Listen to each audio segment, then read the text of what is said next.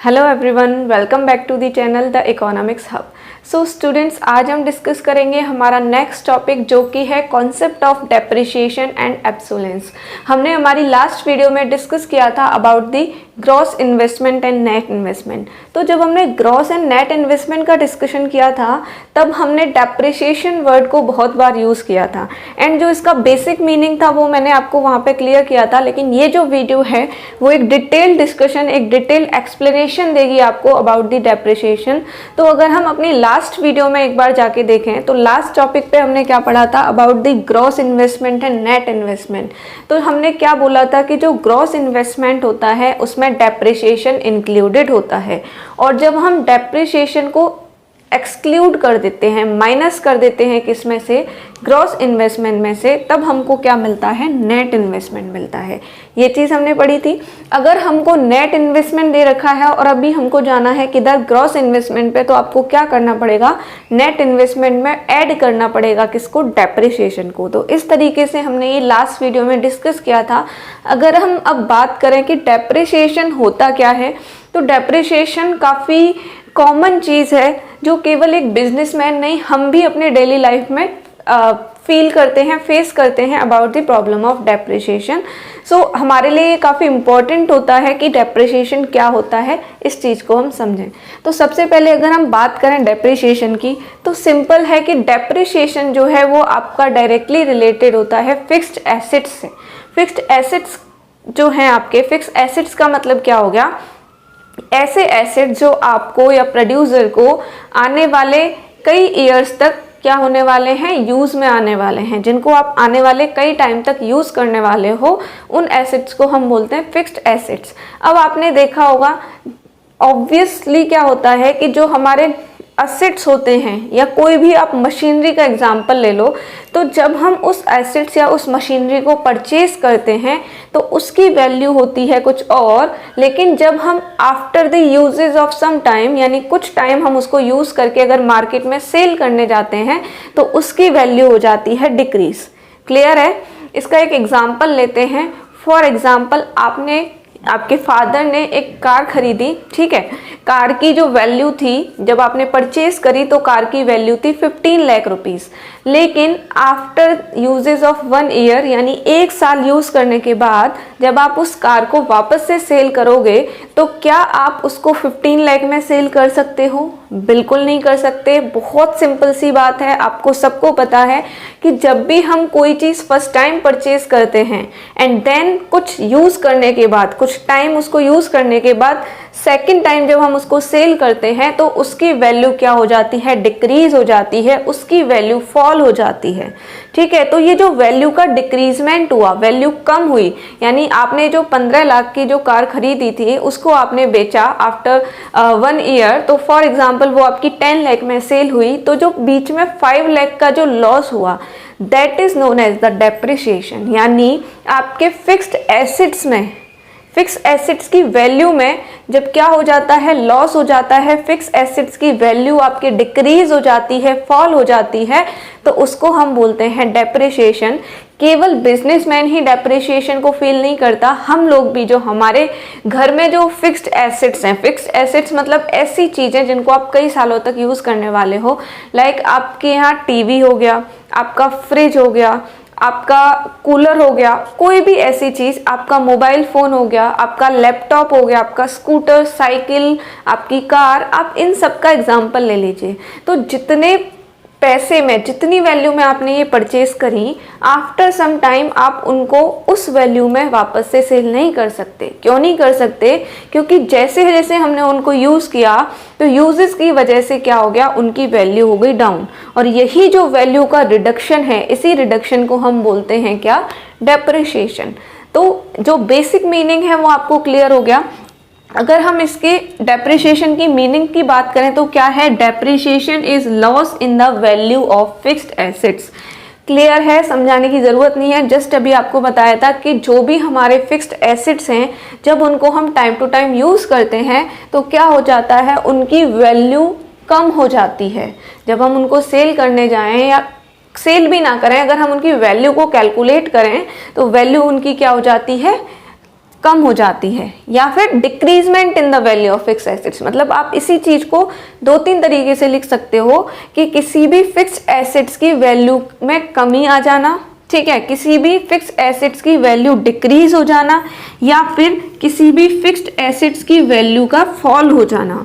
ये तीनों ही सिचुएशन क्या कहलाती हैं बेटा? ये तीनों ही सिचुएशन आपकी कहलाती हैं डेप्रिसिएशन। क्लियर है? अब डेप्रिसिएशन जो है उसको हम एक और नाम से जानते हैं, that is consumption of fixed capital.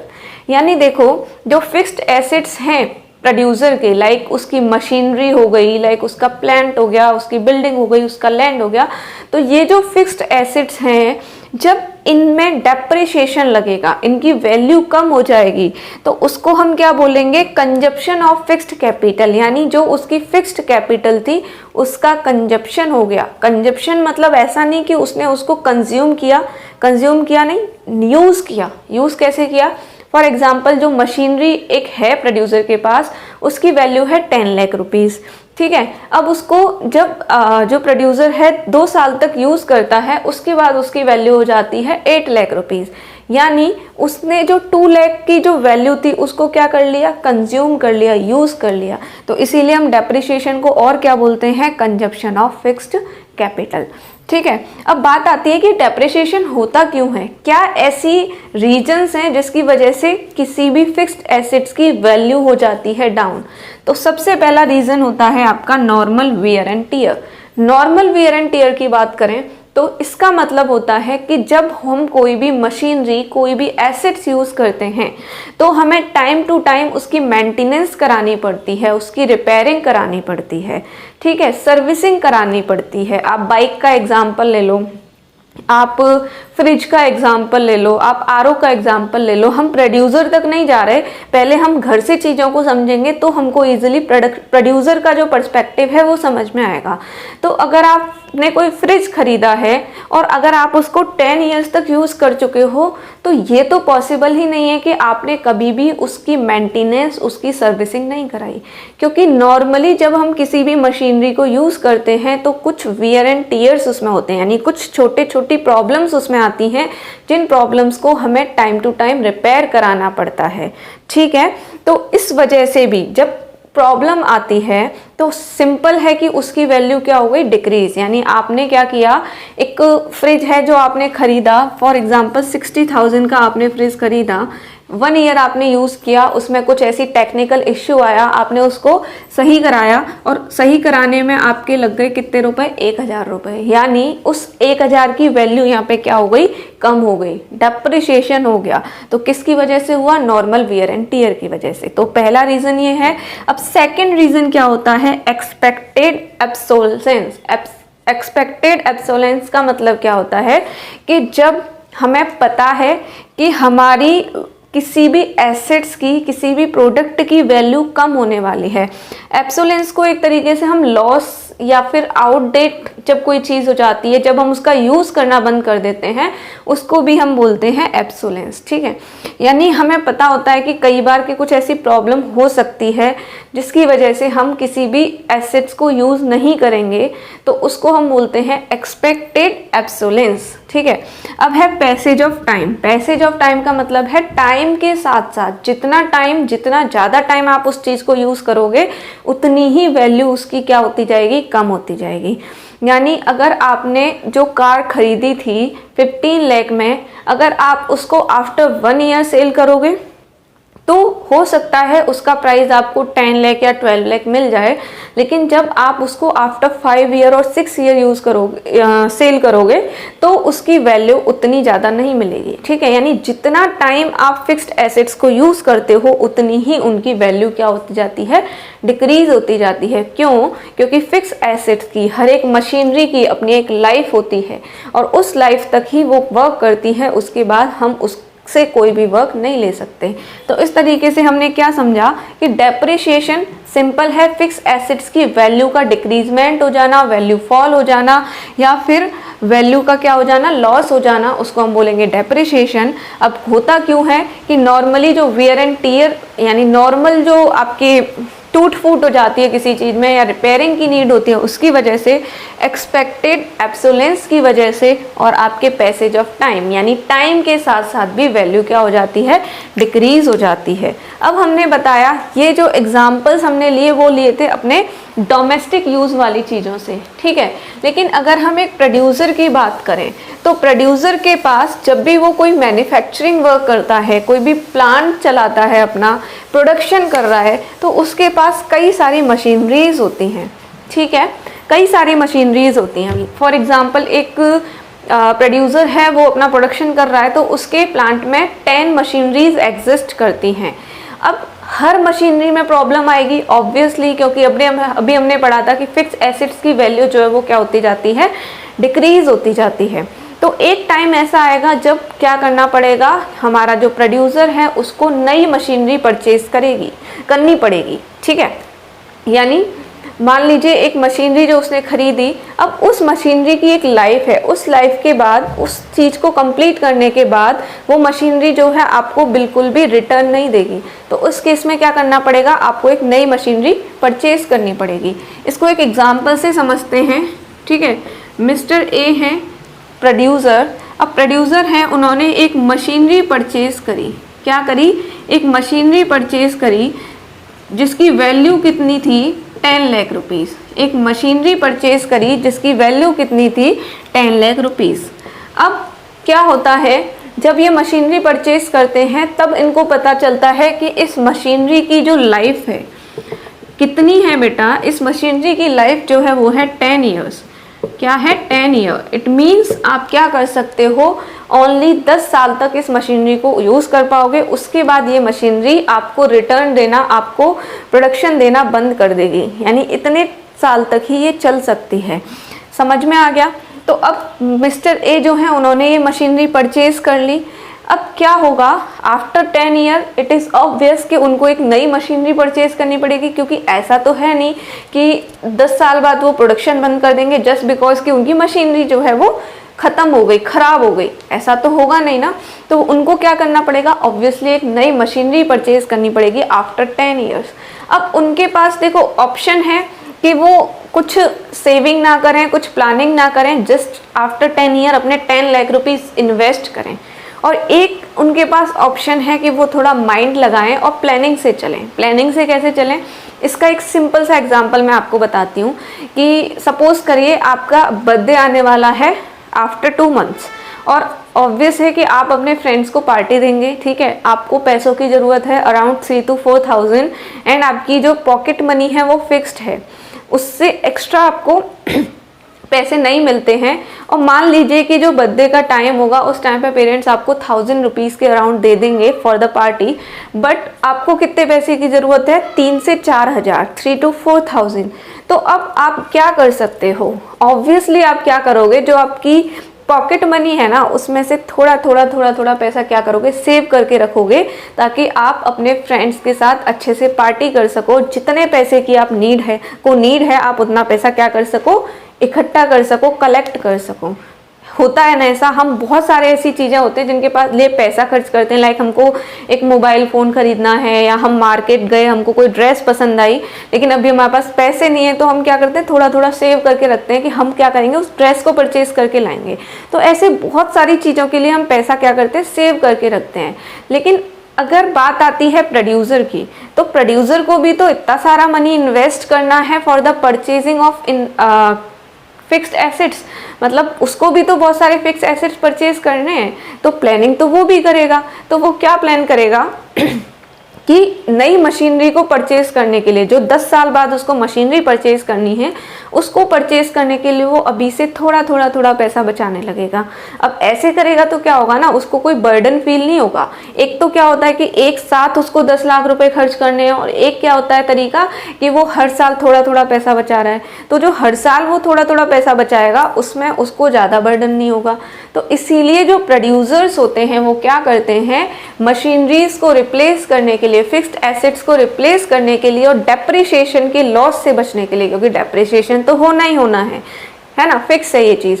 तो डेप्रिसिएशन के लॉस से बचने के लिए वो क्या करते हैं, एक फंड, एक रिजर्व तैयार करते हैं। रिजर्व का मतलब क्या हो गया, एक अलग से एक अकाउंट बना लो, या आप समझ लो कि एक अलग से उन्होंने एक प्लानिंग कर ली कि हम इतना पैसा रखेंगे यहाँ पे, जो कि हमें कब काम आएगा, जब भी किसी मशीनरी पे डेप्रिसिएशन लगेगा तो उस डेप्रिसिएशन के लॉस को मीट आउट करने के लिए हम क्या करेंगे, उस पैसे को यूज करेंगे। क्लियर है? तो अगर मान लीजिए मिस्टर ए हैं, उन्होंने मशीनरी खरीदी है 10 लाख की, और उसकी ईयर, उसकी लाइफ ईयर क्या है, कितना टाइम वो आपको रिटर्न देगी, 10 साल। तो आप क्या कर सकते हो, इसकी वैल्यू निकालो 1 साल के लिए कि 1 साल में उसका कितना डेप्रिसिएशन हो रहा है, 1 लाख रुपीस। ठीक है, तो अब मिस्टर ए के पास एक ऑप्शन है कि वो हर साल क्या करे, 1-1 लाख रुपए क्या करे, रिजर्व में रखे। रिजर्व में मतलब अपना सेव करके रखे, ताकि जब रिप्लेस करे इस मशीनरी को आफ्टर 10 ईयर्स तो उसको कोई भी प्रॉब्लम ना हो, उसको एक्स्ट्रा फाइनेंस की नीड ना हो। ठीक है, दूसरा ऑप्शन है कि वो कोई सेविंग ना करे, एक साथ 10 लाख रुपए खर्च करे, लेकिन वो ऑप्शन बेटर नहीं है, ये ऑप्शन बेटर है। इसीलिए हर एक प्रोड्यूसर क्या करता है, डेप्रिसिएशन के लॉस को कवर करने के लिए एक फंड तैयार करता है, जिसको हम बोलते हैं डेप्रिसिएशन रिजर्व फंड। क्या बोलते हैं बेटा, डेप्रिसिएशन रिजर्व फंड। इसके नाम से ही पता चल रहा है कि डेप्रिसिएशन से बचने के लिए कुछ मनी हम रिजर्व में रखते हैं। रिजर्व में यानी सेव करके रखते हैं, तो ये कहलाता है हमारा डेप्रिसिएशन रिजर्व फंड। ठीक है, डेप्रिसिएशन रिजर्व फंड। अब हम इसको क्या लिख सकते हैं, डेप्रिसिएशन रिजर्व फंड क्या है, it is a fund which helps producer for the investment या for the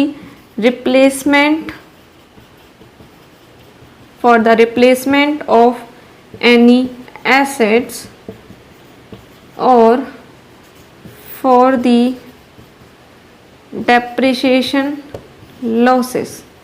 मतलब डेप्रिसिएशन की वजह से जो लॉस हो रहे हैं, या फिर रिप्लेसमेंट के लिए जो उसको मनी चाहिए, उसके लिए इन शॉर्ट अगर कोई भी आपका प्रोड्यूसर है वो मनी सेव करके रखता है, एक रिजर्व में पैसा रखता है, उसको हम बोलते हैं डेप्रिसिएशन रिजर्व फंड। अब ये चीज़ तो आपको समझ आ गई होगी कि डेप्रिसिएशन रिजर्व फंड जो है ना वो काफ़ी इंपॉर्टेंट होता है।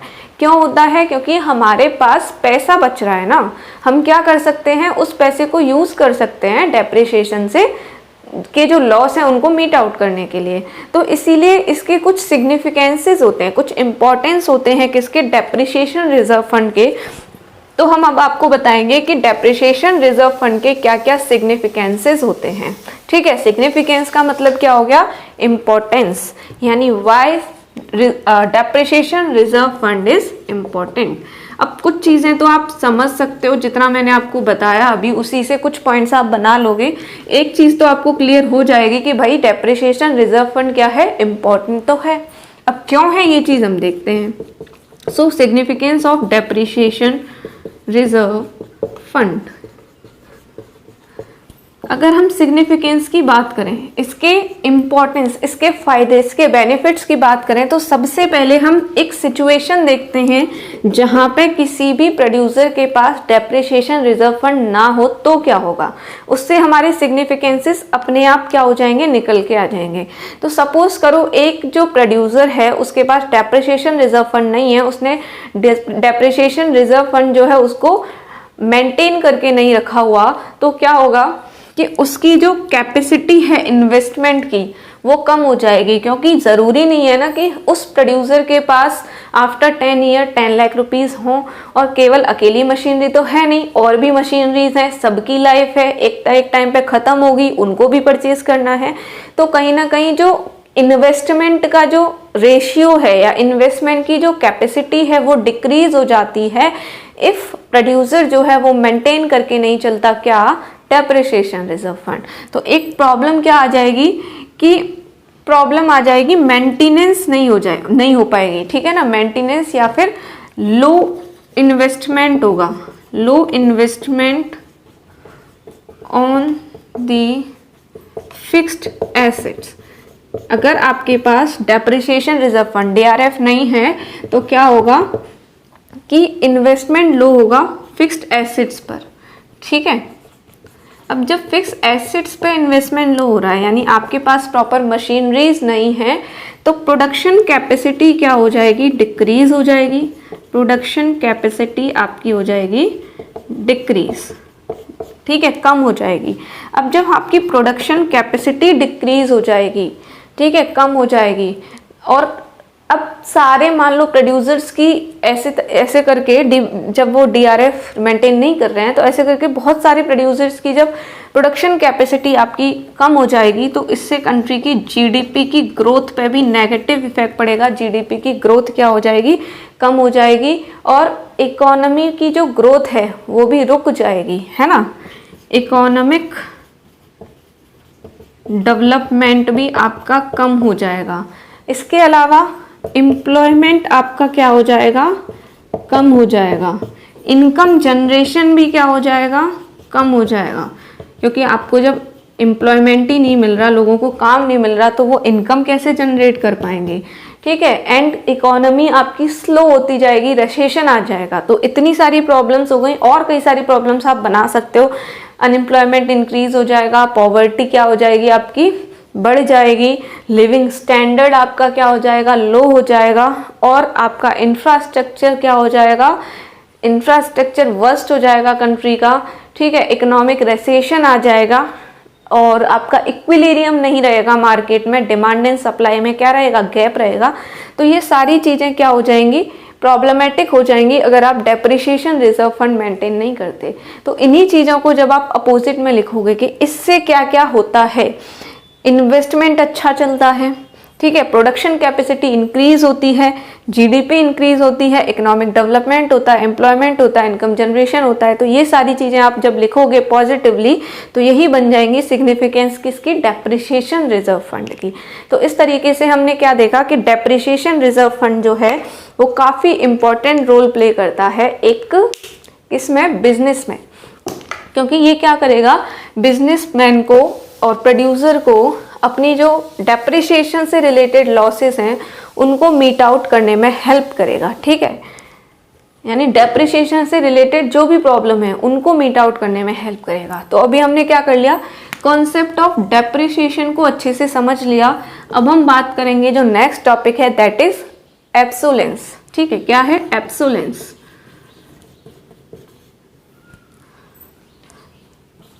एब्सोलेंस। एब्सोलेंस का मतलब मैंने क्या बताया था, अभी जब डेप्रिसिएशन हमने पढ़ा था तो हमने बोला था कि डेप्रिसिएशन का एक रीज़न ये भी है कि एक्सपेक्टेड एब्सोलेंस हो जाएगा, यानी किसी भी प्रोडक्ट को हम यूज़ करना बंद कर देंगे, थोड़ा सा वेस्टेज हो जाएगा, आप ये भी बोल सकते हो। तो ये चीज़ क्यों होगी, ठीक है। तो सबसे पहले तो जो एब्सोलेंस है वो आपका दो टाइप का होता है, पहले हम ये समझ लेते हैं। तो एब्सोलेंस होते हैं आपके कितने टाइप के, दो टाइप के, एक्सपेक्टेड एब्सोलेंस एंड अनएक्सपेक्टेड। यानी एक चीज़ तो जो आपको पता है कि ये चीज़ होनी है, इतना लॉस होना है, उसको हम बोलते हैं एक्सपेक्टेड, और एक जो आपको पता ही नहीं है कि इतना लॉस होना है वो होता है अनएक्सपेक्टेड। मतलब एट रैंडम एक्सीडेंटली कोई चीज़ हो जाती है, उसकी वजह से आपके एसेट्स का लॉस हो जाता है, क्योंकि हम बात तो फिक्स्ड एसेट्स की बोल रहे हैं, डेप्रिसिएशन भी फिक्स्ड एसेट्स पे है, और एब्सोलेंस चाहे वो एक्सपेक्टेड हो अनएक्सपेक्टेड हो वो भी आपके किस पे होता है, फिक्स्ड एसेट्स पे। तो मान लीजिए फिक्स्ड एसेट्स की वैल्यू में कमी आ जाती है, क्यों, क्योंकि आपको पता है कुछ ऐसी सिचुएशन हो सकती है मार्केट में, आपको थोड़ा सा आइडिया है उस चीज़ का कि इन चीज़ों की वजह से हमारे एसेट्स की वैल्यू में, प्रोडक्ट की वैल्यू में क्या होगा, डिक्रीजमेंट होगा। तो वो तो एक्सपेक्टेड एब्सोलेंस हो गया, because you are expecting for that, मतलब आप एक्सपेक्ट कर रहे हो, आपको पता है ऐसा हो सकता है। लेकिन कोई ऐसी चीज़ जिसके बारे में आपको पता ही नहीं है, एक्सीडेंटली एट रैंडम हो जाती है, तो उसको हम बोलते हैं अनएक्सपेक्टेड। इसका एक और सिंपल सा एग्जांपल लेते हैं। हमने बोला था कि आपके जो फादर हैं उन्होंने कार परचेज करी, ठीक है, एग्जाम्पल है, दिल पे मत लेना, थोड़ा सा लॉस वाला मामला है इसमें। तो फादर ने क्या किया, 15 लाख की कार परचेज करी। अब आपको पता है ये चीज़ कि धीरे धीरे धीरे धीरे उसकी वैल्यू क्या होगी, कम होती जाएगी, यानी फिक्स एसेट जो है आपका कार, उसकी वैल्यू में डिक्रीजमेंट आता जाएगा टाइम के साथ। तो ये आपको पता है ना, ठीक है, एक्सपेक्टेड है ये, तो एक्सपेक्टेड है तो ये कौन से एब्सोलेंस में आ जाएगा, एक्सपेक्टेड में आ जाएगा। लेकिन सपोज करो बैड लक क्या होता है, कार चोरी हो जाती है, ठीक है, क्या हो जाती है, चोरी हो जाती है। क्या आपने एक्सपेक्ट किया था कि हमारी कार जो आई है नई वो चोरी हो जाएगी? नहीं किया ना, अनएक्सपेक्टेड है ना। या बोल सकते हो कि अर्थक्वेक आया, कोई भी ऐसी प्रॉब्लम आई, नेचुरल क्लैमिटी, फ्लड आया, मतलब कुछ भी ऐसा हुआ नेचुरली एंड एक्सीडेंटली जिसकी वजह से कार का हो जाता है लॉस, तो उसको हम क्या बोलेंगे, अनएक्सपेक्टेड एब्सोलेंस। क्लियर है। अब इसको प्रोड्यूसर के पर्सपेक्टिव से समझते हैं। प्रोड्यूसर एक मशीनरी लेके आया, प्रोड्यूसर को पता है जब मैं मशीनरी लेके आऊँगा तो नॉर्मल वियर एंड टियर होगा, छोटी मोटी मेंटेनेंस की ज़रूरत मुझे पड़ेगी, टाइम टू टाइम उसकी वैल्यू भी क्या होगी, कम होगी। हो सकता है मेरी इस मशीनरी की प्रोडक्ट की डिमांड भी कम हो जाए, जब सिचुएशन डिमांड जो है मार्केट में कम हो जाए, तो टेक्नोलॉजी में चेंज हो जाए, तो इन चीज़ों की वजह से मुझे थोड़ा बहुत लॉस हो सकता है। इट मीन्स उसको ये पता है, वो ये जानता है कि ये चीज़ हो सकती है, तो वो आ जाएगी एक्सपेक्टेड में। लेकिन ऑन द अदर हैंड जब कोई ऐसी चीज़ हो जाती है जिसके बारे में उसने एक्सपेक्ट ही नहीं किया, तो वो आ जाएगी अनएक्सपेक्टेड में। क्लियर है, अब समझ में आ गया होगा। अब अगर हम बात करें एक्सपेक्टेड एब्सोलेंस क्यों होता है, रीजंस ऑफ एक्सपेक्टेड एब्सोलेंस, तो इसके मेनली क्या हैं, दो रीजंस आप लिख सकते हो। ठीक है, पहला आप लिख सकते हो change in technology, change in technology, और दूसरा आप लिख सकते हो चेंज इन डिमांड,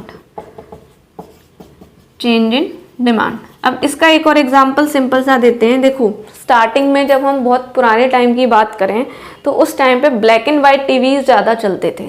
ठीक है, ब्लैक एंड वाइट टीवी या जो रेडियो होते हैं वो ज़्यादा चलते थे।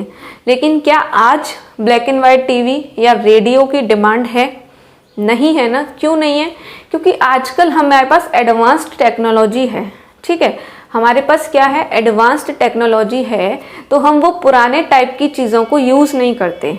ठीक है, तो अभी हर प्रोड्यूसर को पता होता है कि हमारी टेक्नोलॉजी टाइम के साथ एडवांस्ड होगी, तो हर जो प्रोड्यूसर है वो क्या करता है, अपने प्रोडक्ट में भी एडवांसमेंट लेके आता है। तो बहुत सारे ऐसे प्रोड्यूसर थे जिन्होंने ब्लैक एंड वाइट टीवीज या रेडियोस प्रोड्यूस करके रखे हुए थे, मैन्युफैक्चर करके रखे हुए थे, लेकिन क्योंकि क्या हो गया था, टेक्नोलॉजी में चेंज हो गया, जो कलर टीवी है, एलईडी, एलसीडी, इनका यूजेस होने लगा, जिसकी वजह से जो हमारी ब्लैक एंड वाइट टीवीज और जो रेडियोस थे उनकी डिमांड कम हो गई। ठीक है, टेक्नोलॉजी में चेंज होने की वजह से। तो ये एक्सपेक्टेड है, प्रोड्यूसर को पता है, और पता नहीं है तो उसको पता होना चाहिए कि हमारा जो मार्केट है उसमें क्या है, day to day new technologies आएंगी, तो हमें अपने प्रोडक्ट को एडवांस्ड करके रखना है अकॉर्डिंग टू दैट।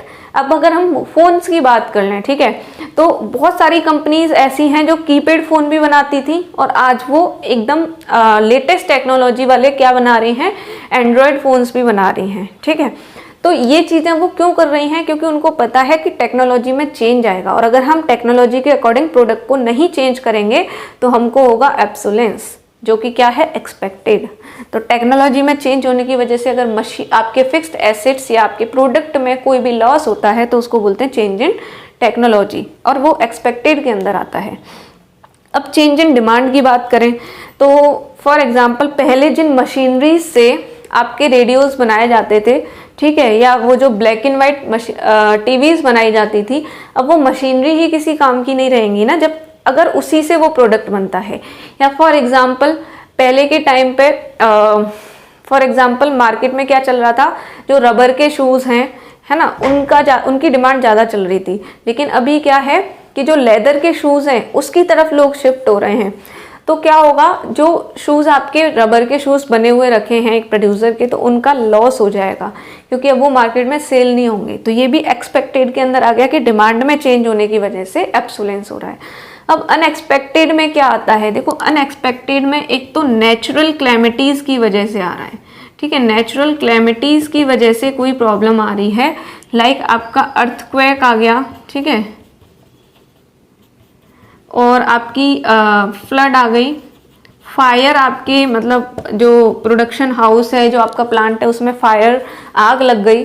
ठीक है, तो इन चीज़ों की वजह से, या थेफ्ट, चोरी हो गई, तो इन चीज़ों की वजह से क्या हो गया, अगर आपके प्रोडक्ट, आपके फिक्स एसेट्स का लॉस हो गया तो वो अनएक्सपेक्टेड में आएगा क्योंकि आपने उसके लिए एक्सपेक्ट नहीं किया था।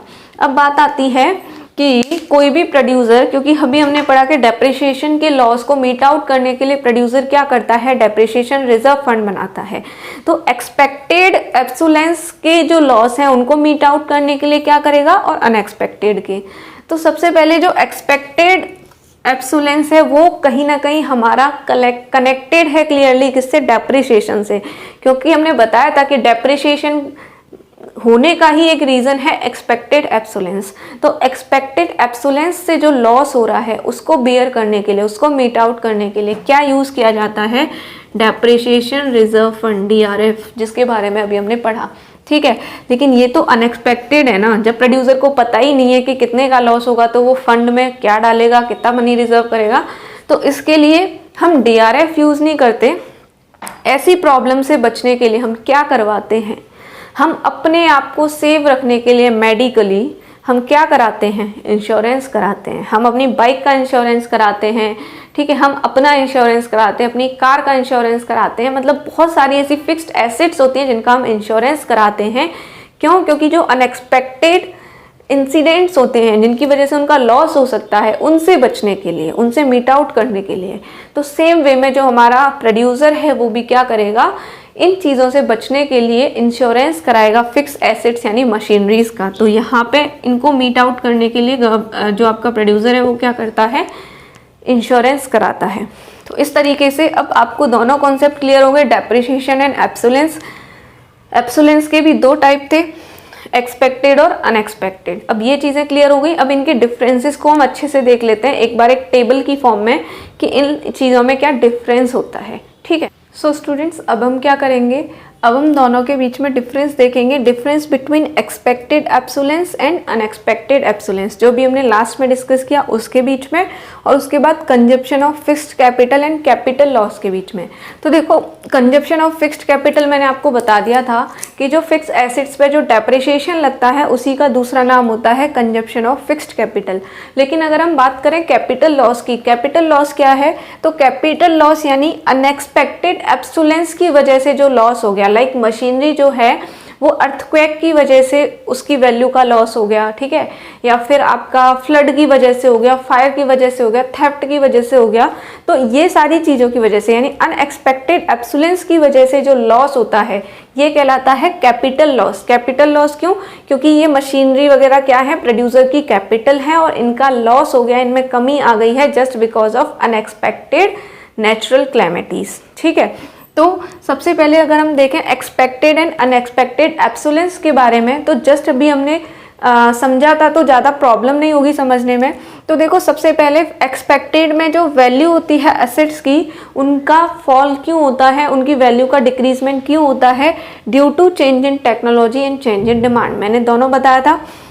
उसके बाद अनएक्सपेक्टेड में क्यों होता है, क्योंकि नेचुरल क्लैमिटीज आ जाती हैं, लाइक आपका फ्लड हो गया, ठीक है, अर्थक्वेक हो गया, फायर हो गया, थेफ्ट हो गया, या फिर रेसेशन आ जाता है इकोनॉमी में। रेसेशन का मतलब जहाँ पे जो आपकी purchasing capacity and production capacity both क्या हो जाती हैं, स्लो हो जाती हैं, यानी इकोनॉमी में ज़्यादा आपके एक्सचेंजेस नहीं होते हैं, तो उसको हम बोलते हैं रेसेशन। तो इन दोनों की वजह से क्या होता है, अनएक्सपेक्टेड एब्सोलेंस होता है। उसके बाद अगर हम बात करें एक्सपेक्टेड एब्सोलेंस की, तो हमने आपको स्टार्टिंग में बताया था कि ये डेप्रिसिएशन का पार्ट होता है। किसका पार्ट होता है, डेप्रिसिएशन का। लेकिन जस्ट अभी मैंने बताया कि ये जो आपका अनएक्सपेक्टेड है ये किसका पार्ट है, कैपिटल लॉस का पार्ट है। उसके बाद हम अगर एक्सपेक्टेड एब्सोलेंस के लॉस को मीट आउट करने की, मैनेज करने की बात करते हैं, तो उसको हम कहाँ से मैनेज करते हैं, कैपिटल रिजर्व फंड से। लेकिन अगर हम अनएक्सपेक्टेड एब्सोलेंस को मीट आउट करने की बात करते हैं तो उसके लिए हमको कराना पड़ता है इंश्योरेंस, अभी बताया था मैंने। उसके बाद हम बात करते हैं difference between consumption of fixed capital and capital loss. चीज़ वही है, क्योंकि देखो जो हमारा एक्सपेक्टेड लॉस है यानी डेप्रिसिएशन, उसी को हम बोलते हैं कंजप्शन ऑफ फिक्स्ड कैपिटल, और जो हमारा अनएक्सपेक्टेड एब्सोलेंस है जिसको हम बोलते हैं कैपिटल लॉस। तो अब इन दोनों के बीच का डिफरेंस सेम है, वैसे तो बात सेम है।